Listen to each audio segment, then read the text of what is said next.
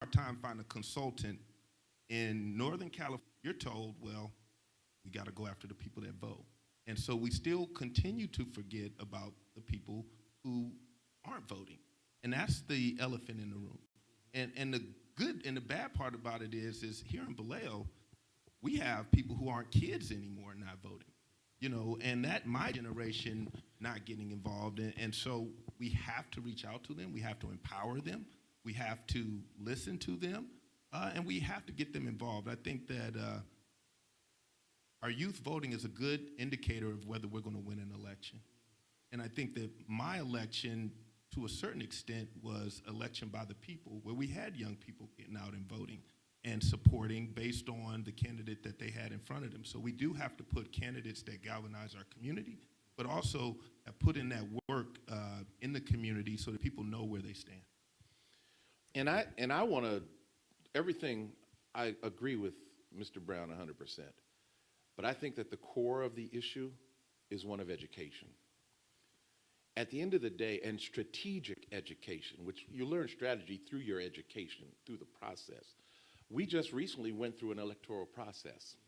We did not place a single African American on the ballot, although there were 7, 8, 9 of them running, 3 and 4 competing in the same district, simply because, and they were youth, which lends itself to not understanding the strategy or what could be done to achieve the objective that they had. Even when advised that you're not going to win, you need to back out, throw your weight behind so-and-so so we can get a seat there.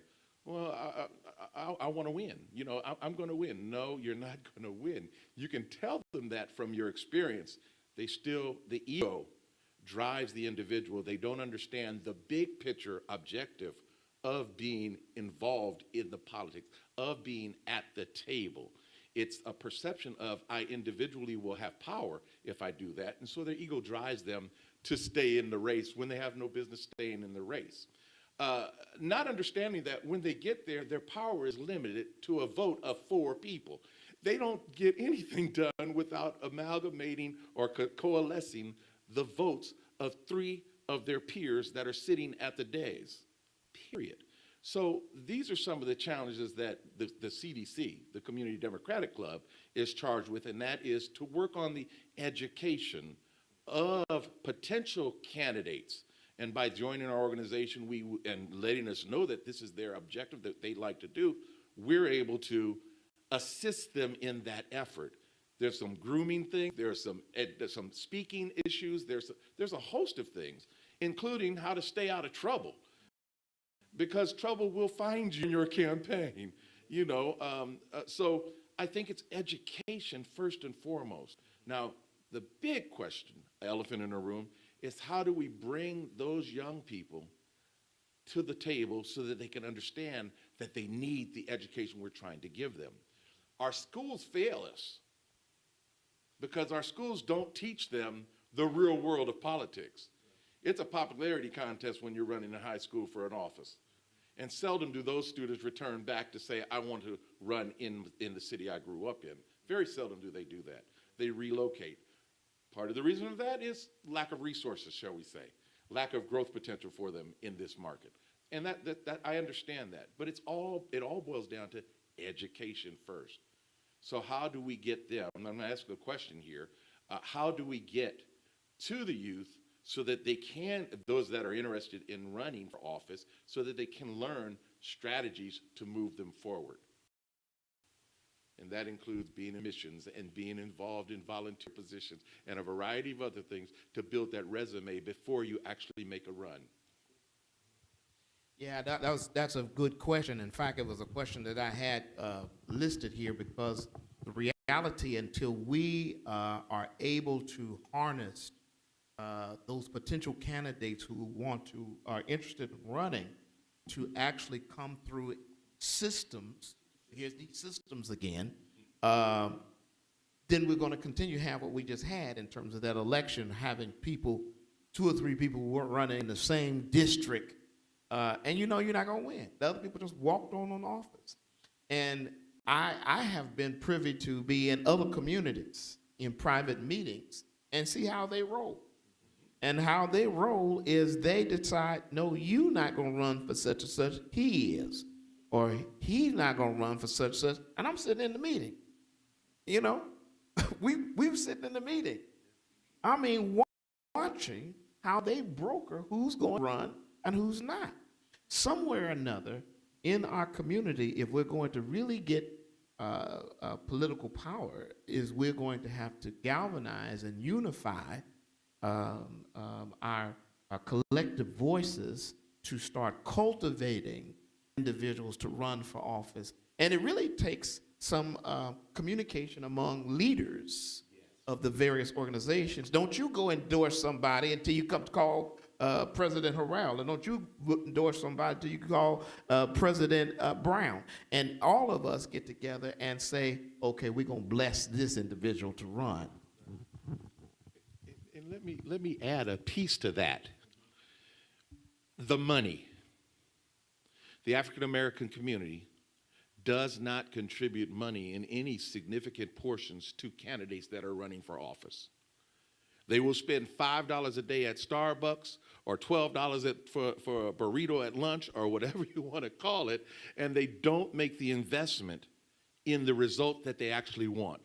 That is, put some money behind the candidate. What do you do without money?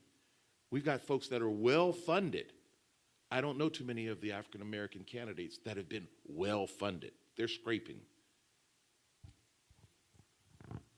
Well, I think that money is part of it, but I was an African-American candidate, and I believe raised more money than my other colleagues and people I was running against. And what Pastor Jefferson just spoke to is very important, the system. You know, because there was a time that you would check in with the black community and say, hey, I need to check in with my elders. And we didn't see that in this last election. You know, I sure did. Whether you like them or not, you sit down, you learn. That's right. You know, I can't tell you how much I have learned from my former principal, Mr. Joe Jones, Mayor Osby Davis, Councilmember Hicks, Councilmember Pitts. These are all people that I sat down with. Yourself, Dr. Bishop, Mr. Harrell, Pastor Dante Quick, you know, and learn. And guess what? Didn't always tell me, yeah, we think you should run. No, we think you need to do some more work. This is what you need to work on. And I think that is something that candidates haven't wanted to hear, and they haven't been held accountable, because that's the other side of this is who we want to run. Well, if someone says, well, I don't care, well, then what are we going to do? And I think that you know, we have to, as organizations, have a guideline of what we expect from a candidate and enforce it.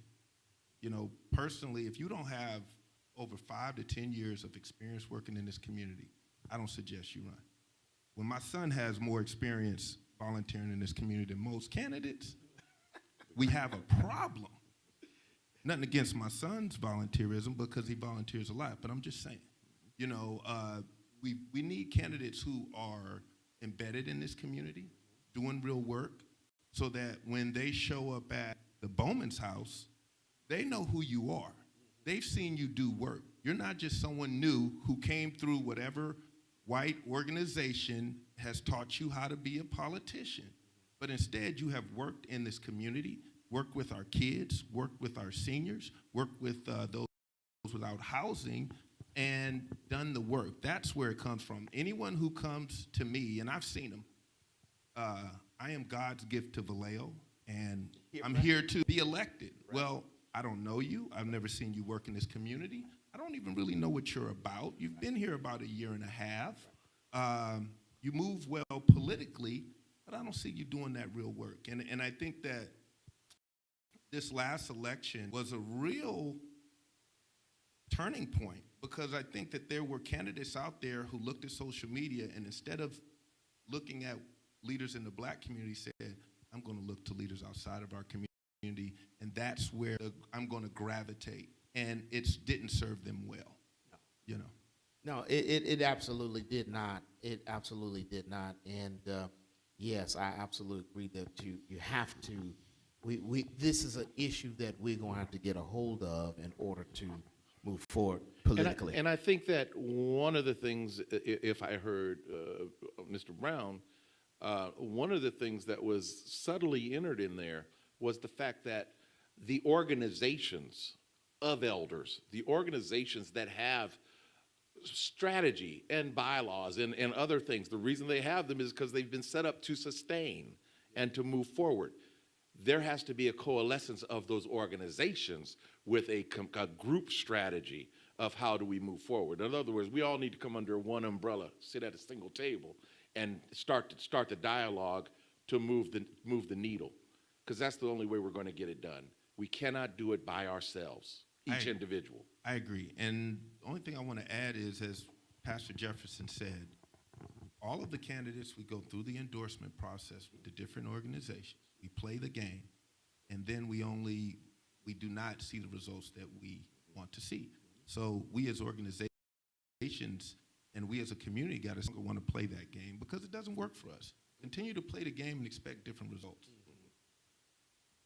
Absolutely, absolutely. You know, what a part of the thing that another aspect of this political process in the city of Vallejo, we really talked about candidates, but transitioning to another portion of the politics that affects Vallejo.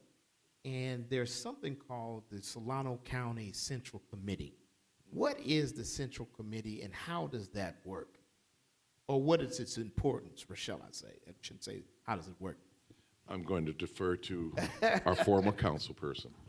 Are you sure? Right. Well, I guess quick basic education. The Solano County Democratic Central Committee is tasked with working on behalf of the Democratic Party, the Democratic Party platform, and they're tasked with hopefully pushing that agenda throughout our community, supporting candidates who adhere to being Democrats in that platform. The problem I think that you run into is that white supremacy creeps into every single thing.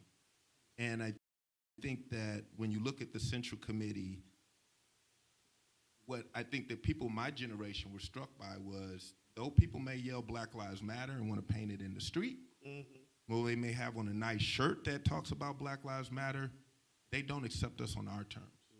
Black Lives Matter isn't what you think Black Lives Matter is, it's what we think Black Lives Matter is. And it's not just wearing a t-shirt and showing up. And you know what? We may make you nervous, you know. And I think you know, one of those elephants in the room is Solano County.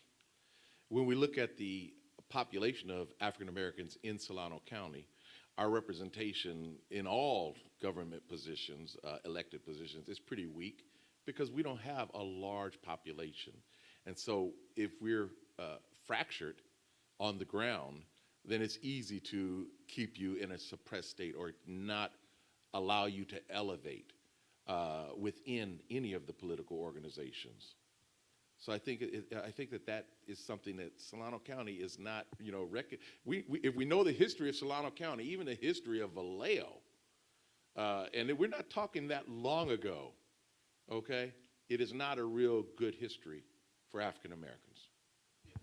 And I agree. I think that what we'd like to see from the Central Committee is helping us work on the issues that matter to us.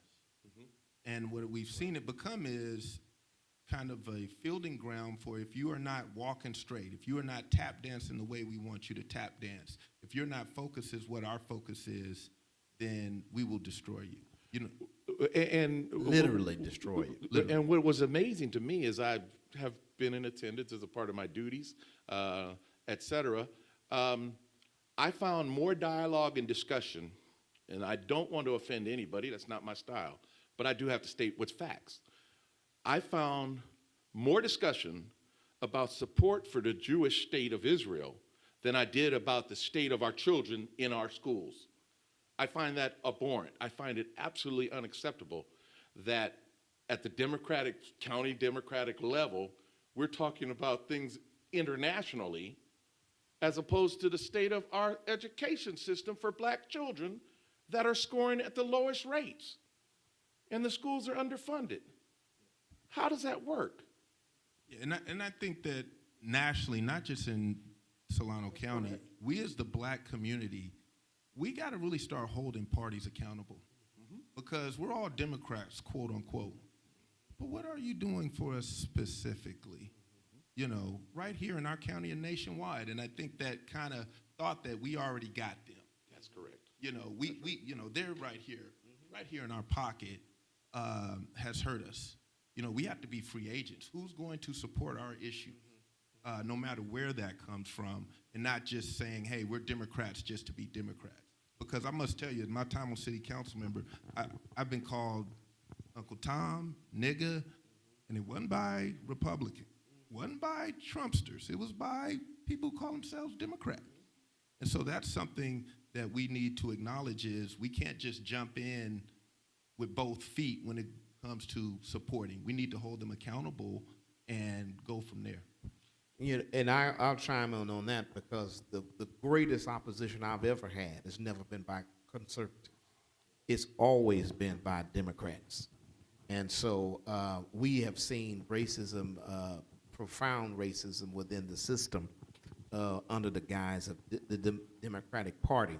But it's important for us. I only bring that up because it is still connected and very important to politics in the city of Vallejo, because it is important for African Americans to look at running for, you can run for office, be on the central committee in your area, in the city of Vallejo, depending on where you're located. It's important for you to be there because it's important for when it's time to make decisions, and as the committee makes decisions collectively, that your voice is heard. The Community Democratic Club in particular has historically always made sure that we had representation on that committee because we knew that was a part of the power process and system that was necessary in order to make, because they even governed the clubs. They set policies for what you can do. But what is so interesting in that you raised this about the Solano County and et cetera, there are so many elected positions and so many layers to the electoral process that is never educated. Our students are not educated. When they come out of school 17, 18 years old, there is no clue to the number of different types of ways that they can be of public service in a elected position that they don't even see on a regular ballot. Right. There are more ballots than what we see every 2 years. People have to understand that. And you have to get involved in those organizations as well. Right. So winding up the political aspect part, how can we as organizations start cultivating future candidates to run for these systems? How can we cultivate it? How can we identify these folks? We got a district system now of government, which is complex, confusing at best, and there's a lot of folks that don't know how to navigate the district system. Well, I'll just say that if I could tell a quick story, the late President Jackson took a young man involved in the community, but with no experience whatsoever, and said, you know what, we're going to make you a vice president, you know.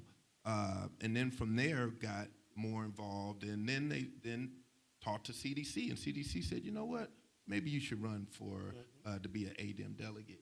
And I think that person was me, and I think that is how we start. We must identify who's doing the real work.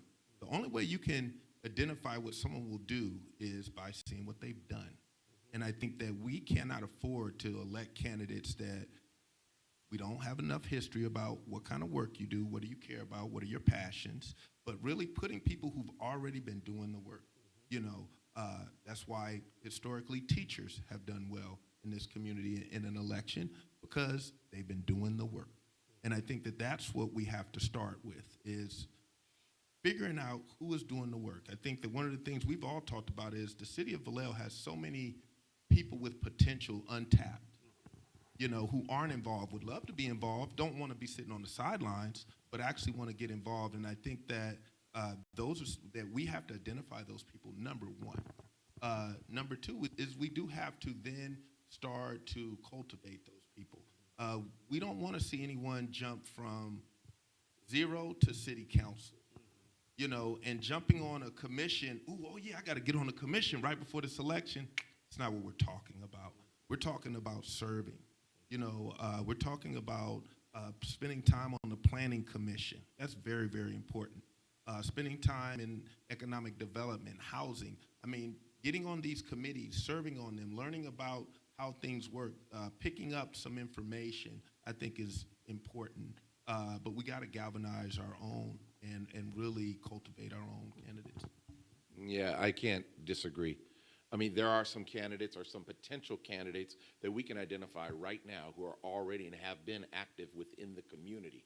One of the challenges, though, is, quite candidly, the compensatory rate for the amount of work that's done by a city council member is so absurd. It's an allowance, but the amount wouldn't pay for your babysitter for the number of hours that you put in. I mean, let's just put that elephant. I believe personally that the city recently was threatened with a lawsuit and had to divide the system, divide the city into districts. And that lawsuit was because of representation or something of that nature, I believe.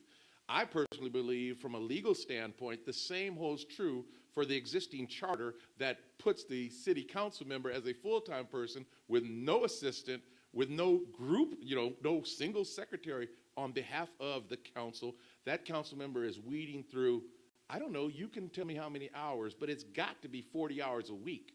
As a council person, not many people can do 40 hours a week as a council person and do 40 hours a week at work and raise their family. So what does that do? It actually is a discriminatory process, in my opinion. It's a discriminatory process that the system has designed to ensure that older, wealthier people are the ones that can serve and can run and be elected.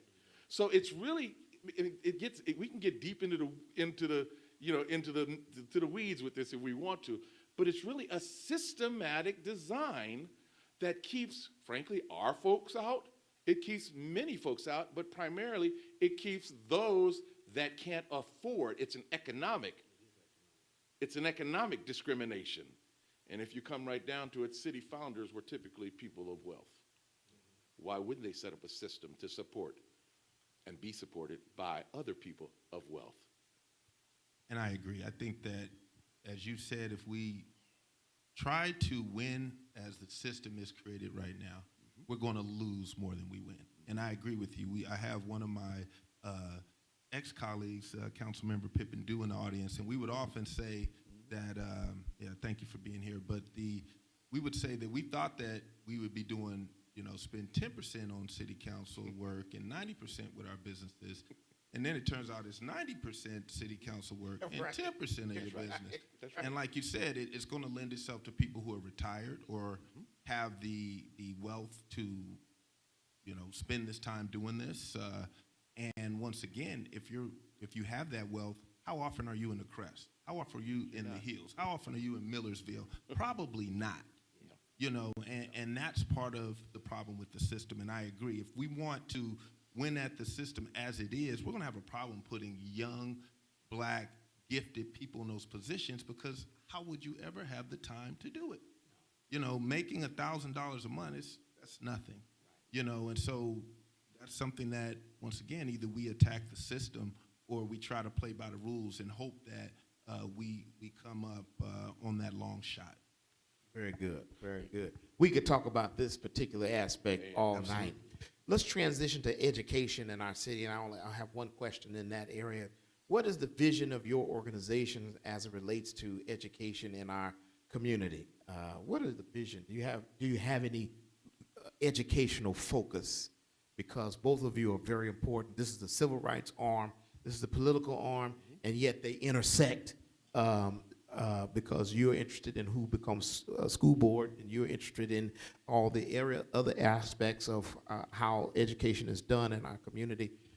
Any thoughts around education in our community as it relates to your organizations?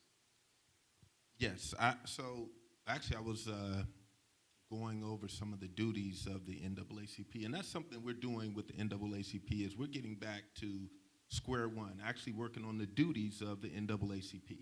The first duty in the economic I'm sorry, in the education committee is to address racism and biases in our school district. And I think that that's right there. Looking at, number one, do we have teachers who can teach our kids? Looking at the data, I mean, that's what we need to start with. What is the data? What is the Black graduation rate? Black reading levels?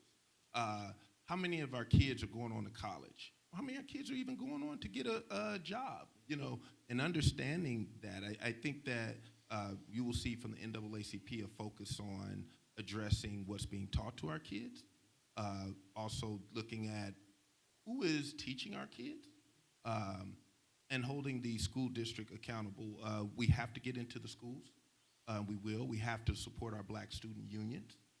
And I think that for me, I was just up at Jesse Bethel, and we were able to identify through an issue 3 very strong Black leaders in the community. And I think that that's what we need to do, is have boots on the ground at these schools.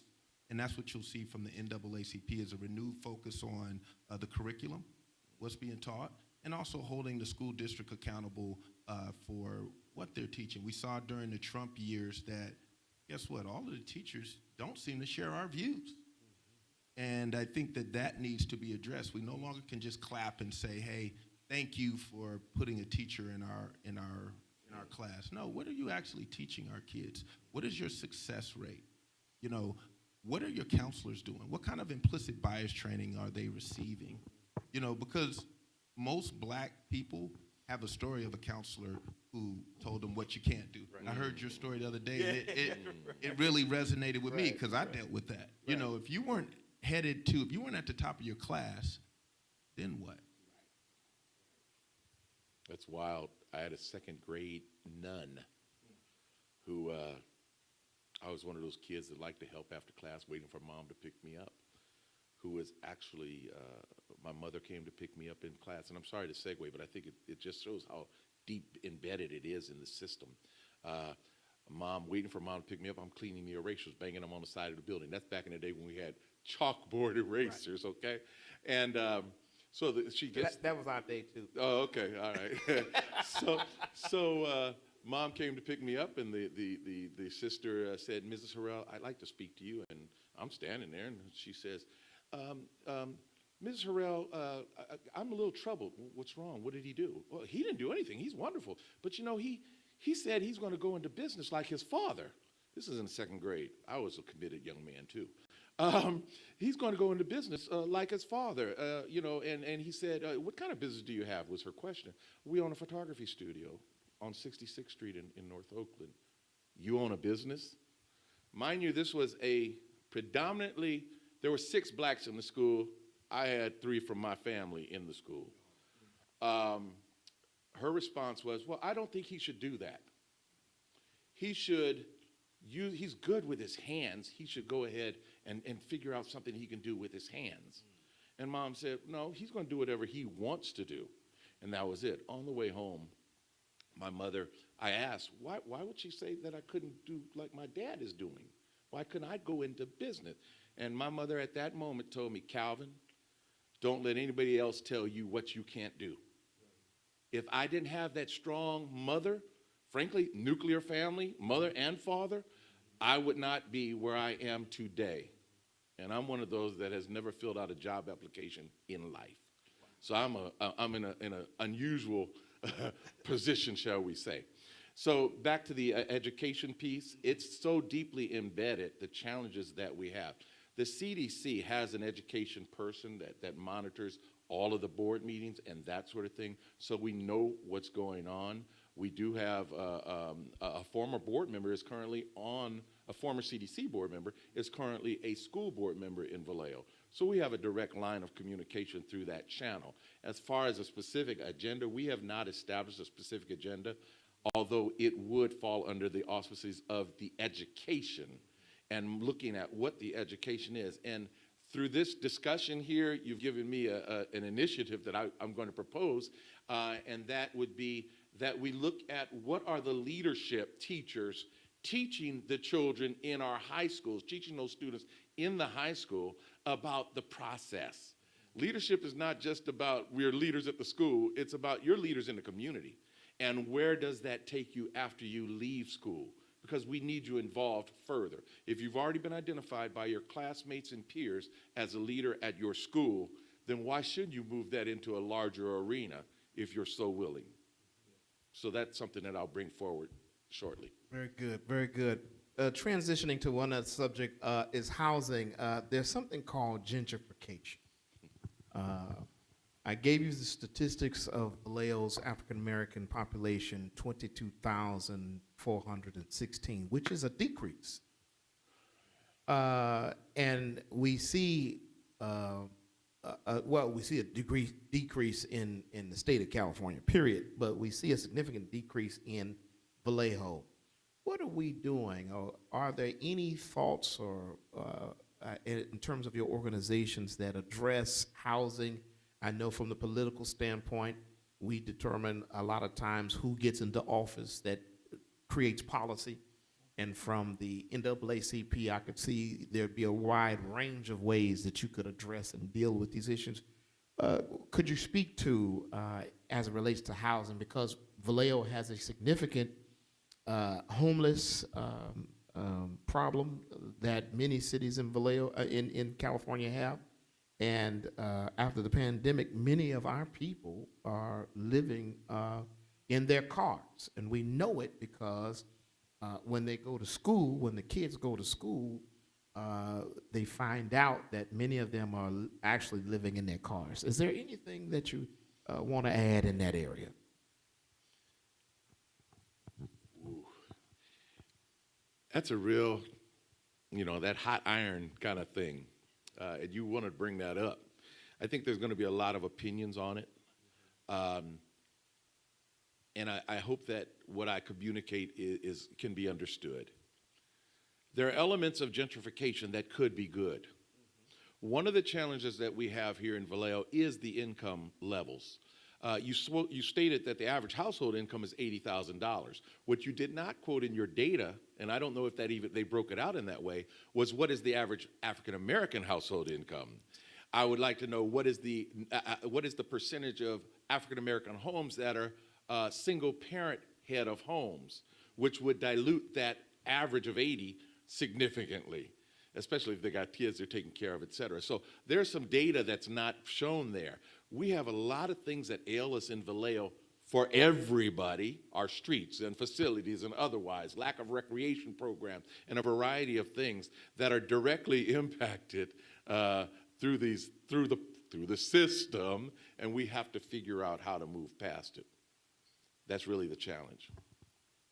I agree. I think that, and if you could repeat, what percentage of the population we make up again, Pastor Jefferson? We make up 22, let's see, the percentage of African Americans in the city of Vallejo is 18.4.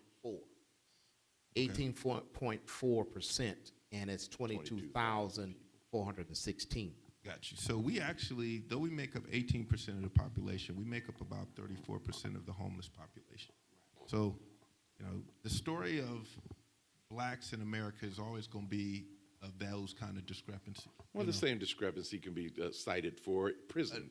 Yes, a number of different issues. Yes, it's a host of things. Of things, and we actually have our Vice President Lampkin here, and he's also the chair of our housing committee. And I think that the great thing about the NAACP is, as you said, we're standing giants, not just in the city of Vallejo, but throughout the nation. When you look at our bylaws, you can see the history in it.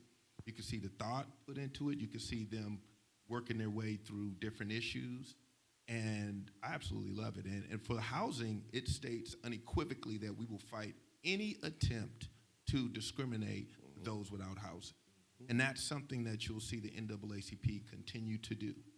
We actually there was a vote on city council, and there's a vote coming up that wants to ban people without housing 500 feet from a school. Well, we have a lot of issues with that. I think when we're talking about criminalizing something and how that's used, and who will be enforcing that, and are they biased? And so I think that from the NAACP, we see that we have to draw the line in the sand there. number one. But then, as you said, how did we get there? And as Mr. Harrell has spoken to, now we're talking about economic development, because that's another part of it. Wealth. What are we doing to build wealth? When they're talking about jobs, I think my experience on city council has taught me that everything is connected. People want to separate the kids. The kids are not separated from economic development.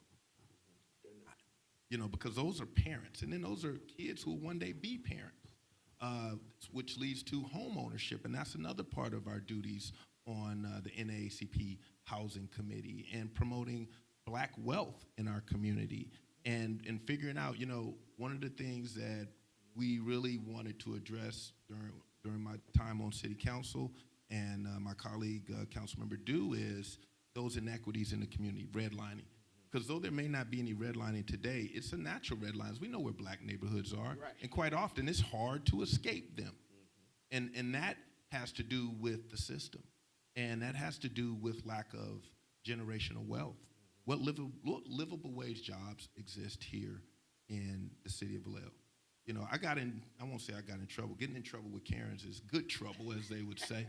But where I said, where is a Vallejo kid going to work? They can't make a living working at a coffee shop. And they cannot. We need jobs. Guess what? We may have to build on the waterfront. I hate to say it. We need to build wherever, because we need those jobs in our community. When you look at our struggle, right after World War II, we saw Black wealth increase. And that was due to the Great Migration, working on the docks of Mare Island, Oakland, Richmond, and then our grandparents putting our parents through college and moving forward. But today, we don't have those jobs in Vallejo. We haven't had those jobs in 30 years. Since Mare Island left, there's been no jobs to replace that. My thing is, eventually we're gonna have to confront it. Because if we have people hollering, we don't wanna build anything on Mare Island, we don't want anything on our waterfront, well, that's all well and good. Well, where are we gonna create livable wage jobs for those who don't go to college? And if we're not doing that, how are they gonna ever obtain housing? And we could give them housing, but how do they keep it? And so I think that that's what we're gonna see from our organization, is really addressing policy and working on policy, because that's very, very important. And once again, it's all interconnected: economic development, housing, education, all of that connects. And putting those boots on the ground, making sure who's on our housing committee, for the city of Vallejo, who's on the housing commission, what are they working on, making sure they're showing up. And so we'll see, I think from our organization, there'll be a renewed effort to put boots on the ground and address those issues. Awesome. You had something? It's really a question for you as a former council person. You might be able to help me. I think the law related to homeless and encampments and that sort of thing is that you cannot require someone to leave an area unless you've designated an area for them to go to. Is that what the law is? Are you familiar? I'm not familiar, but as far as I know, we don't have anything on our books that says that, we have any place for you to go. Well, that's my point, and that's the real, let's drilling down to the question, and that is there the will of the city council to, in your opinion, to establish a location where folks would go, where they could get services and support, as well as a safe environment, so that they're not spread all over town? That's not a criminalization in my mind. That's providing them guidance, which so often they need. Even though they lost good jobs or they lost a home, they're in a position where they need guidance and help to move forward. I would say yes. The will of the council, the present council and past councils, is yes. Where we run into problems is funding. Okay. Because the city of Vallejo at this point can't bridge that gap by themselves. We need county help. We need state help. And as we're talking about systems. So is there a reason, in your opinion, that we can't get it, knowing that Vallejo has the largest homeless population and people from other cities come to Vallejo in a homeless condition from the other cities? Well, so is there a reason that the county hasn't stepped up in that regard? Well, once again, I think the game is rigged. When you look at Solano County, though we suffered the most poverty, we're outnumbered on the county supervisors. Even if both county supervisors who represent Vallejo voted to provide funding for those without housing, the navigation center, they still need one more vote. And it's still dominated by 3 rural areas. And so that's a setup. I've always said I'd rather have one supervisor in Contra Costa than 2 in Solano County, because we're just going to get more funding. And I think that absolutely matters. And at the federal level, are we holding people accountable for that funding? And also, you got to look at one of the things I learned during, is it housing? Is it gun rights? Is it what is that focus? Or photo ops. Or photo ops, because you'll often find that what their focus is where the funding comes from. Correct. So to answer your question, I think the city council has the will, but it's a funding issue. Okay. With an ever-growing population of those without housing, there's still a funding gap for the navigation center, right, while our homeless population continues to grow. Wow. Listen, I think that this conversation is robust. It's been rich. We need to start wrapping it up. There's other areas we could be talking about, business and economics, because all of that affects us as African Americans. You talked about some of that because all of those areas intersect. And then also, we have to look at policing in our city. We always have to address that. Where are we in that regard? We've lost a police chief, just like Oakland just lost one. And in my perspective, Chief Shawnee Williams was a great asset. He was a reformer. We find that any African-American leader, have you found this? Yeah, any African-American leader X, that gets in position, okay? I ain't even have to go to Malcolm X. I'm talking about here in Vallejo. Right here in Vallejo are attacked. And, I mean, Osby Davis, they tried to unseat him 2 or 3 times. They tried to unseat you. They tried. So it's something that we have to deal with in our community, and that's why it's important for us as African Americans to galvanize, to unite, because we got to support leaders who's in these positions. But now, I hear that we have someone else in an interim position in terms of policing. What are your thoughts about that? Where are we going here? Well, I think that for me, a couple things. We as black people, when we're talking about black power, we want to make sure that we're at the table, not on the menu. That we are not lamenting policy, but we're helping to set it.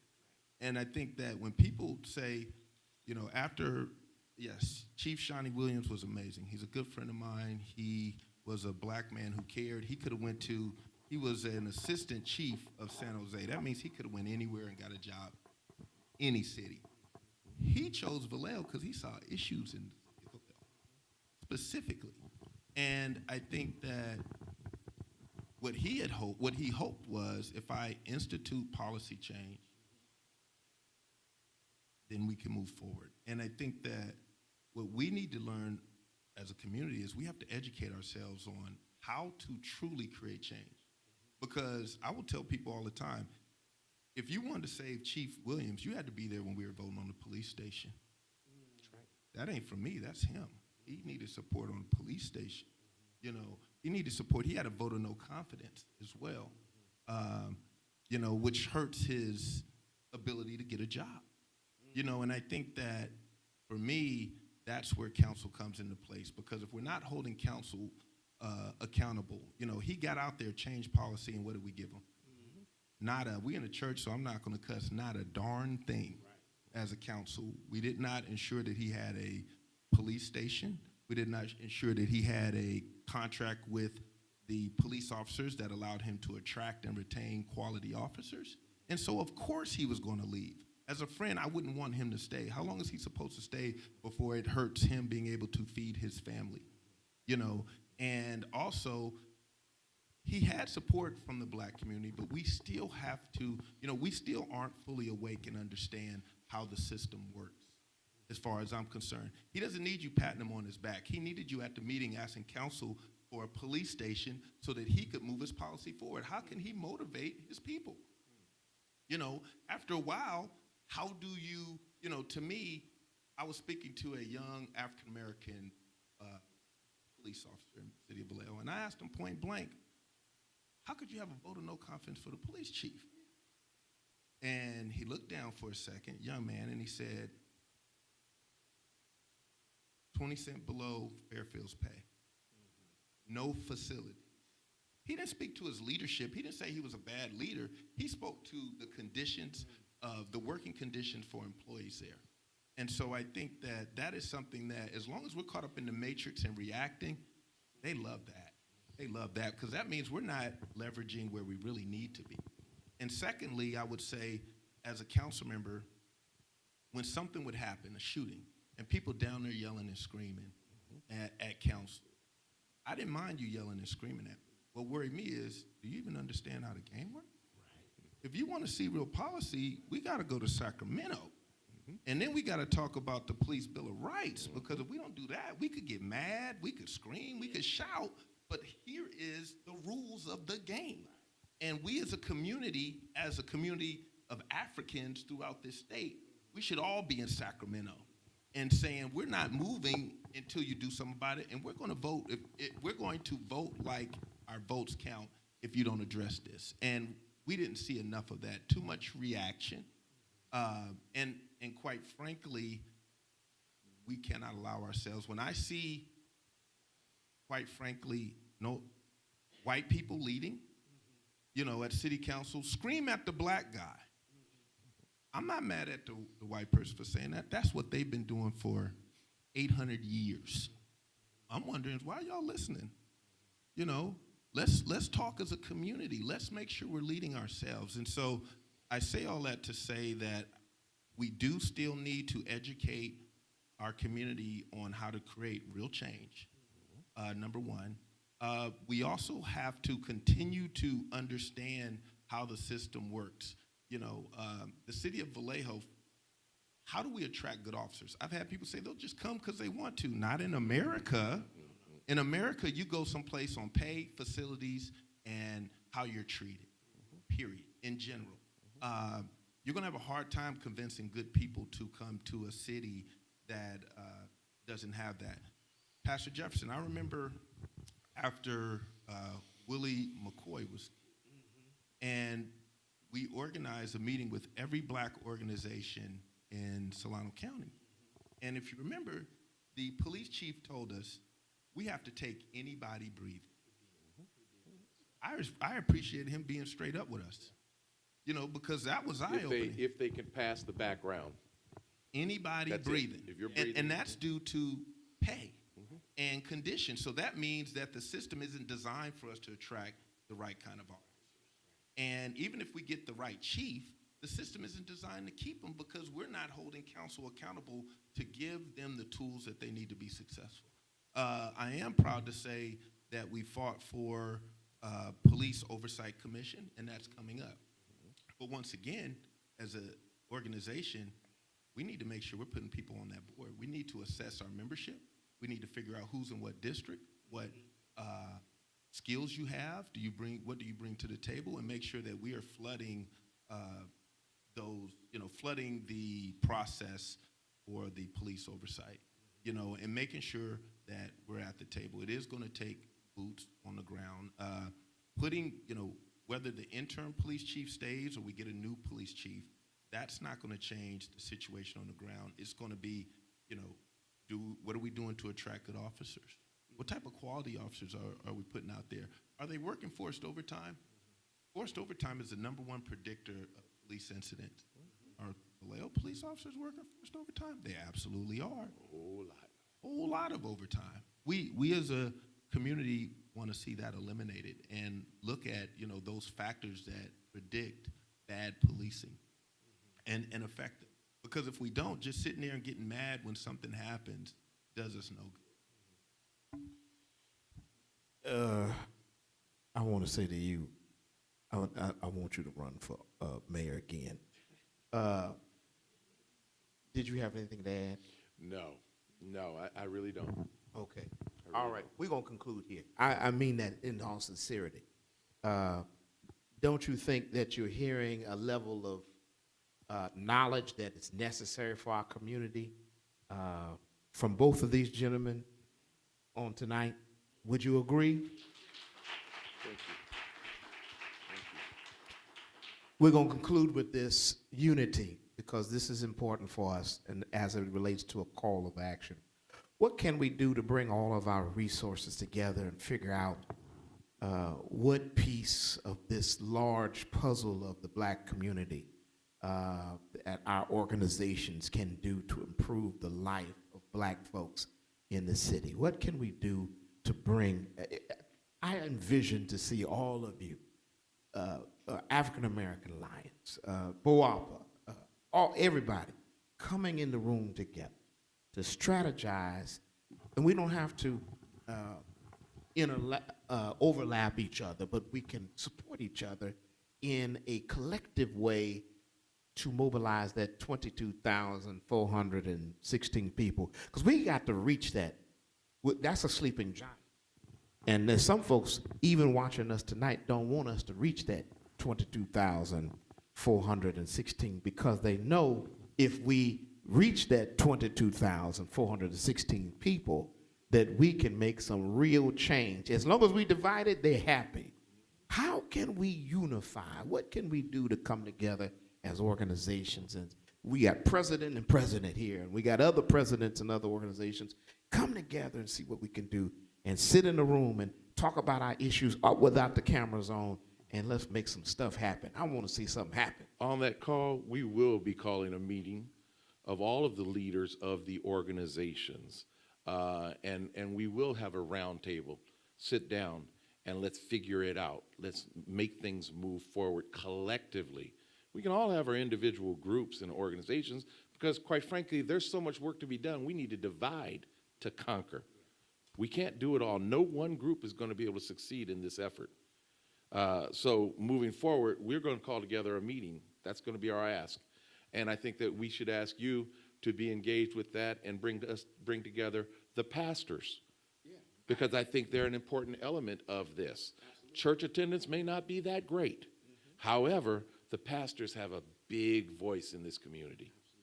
Absolutely. Religious community has always been central to the African American community. I agree. I think that the one thing I would say, I guess, looking at the positive is, hopefully we've hit rock bottom that makes people say, we need to come together. You know, how much losing do we need to suffer before people say, you know what? None of us are winning with the strategy we have currently.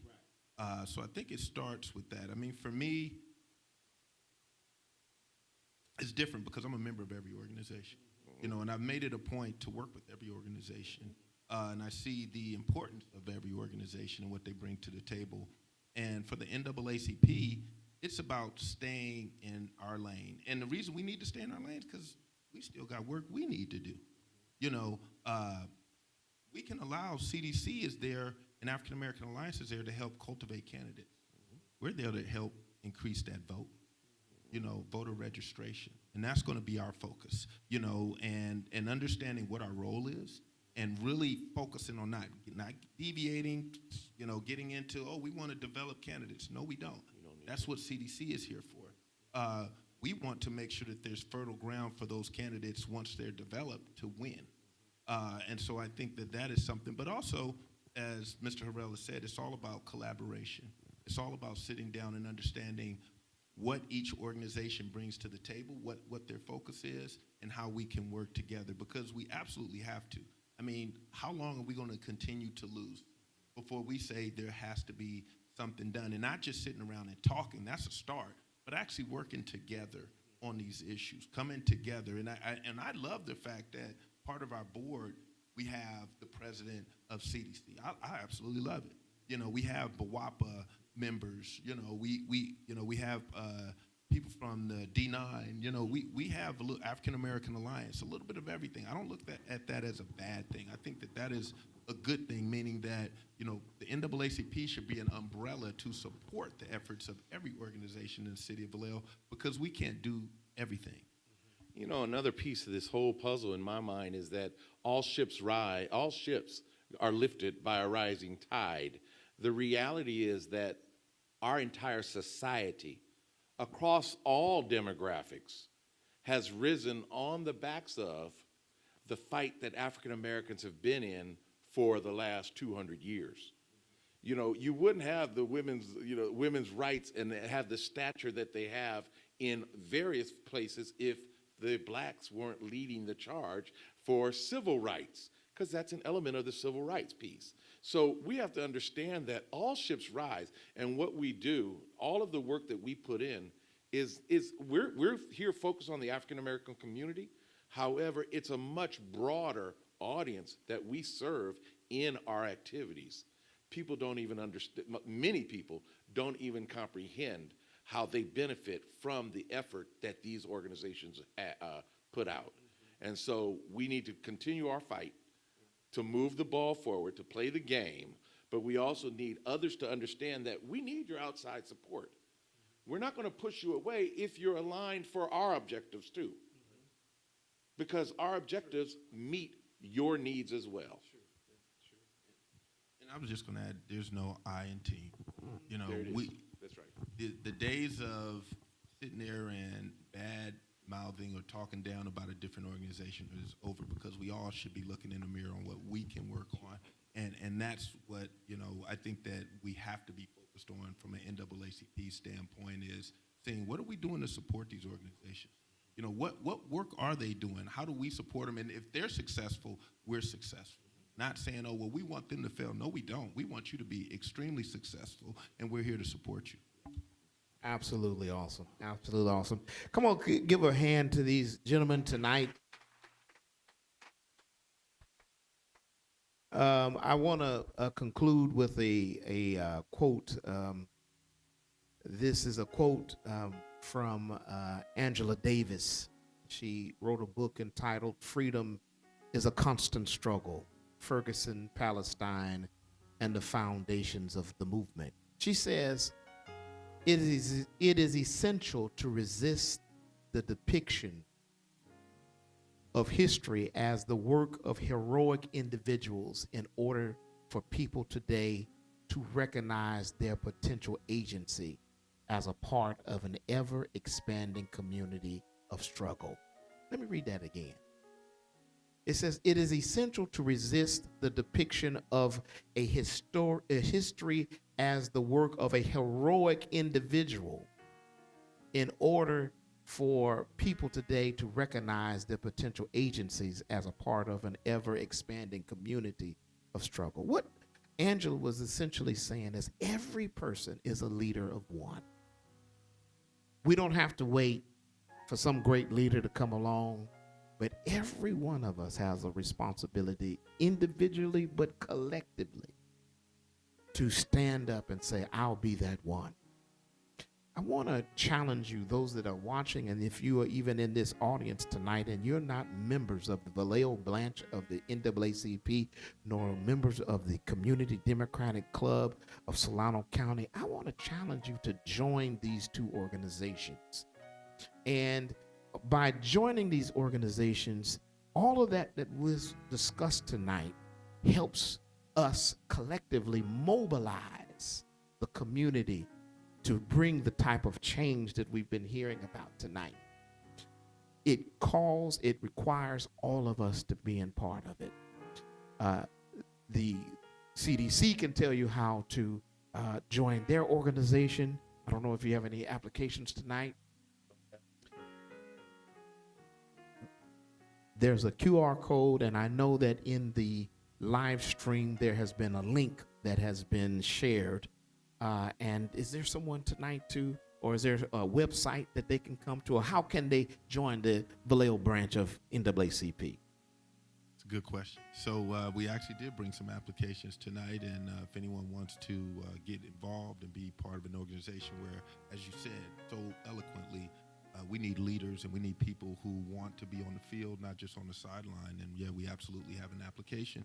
but we're also looking at how we can upgrade that so that people can do it online, which is very important. So, but today we do have that, and we'd love to take anyone who'd love to sign up. Wonderful, wonderful.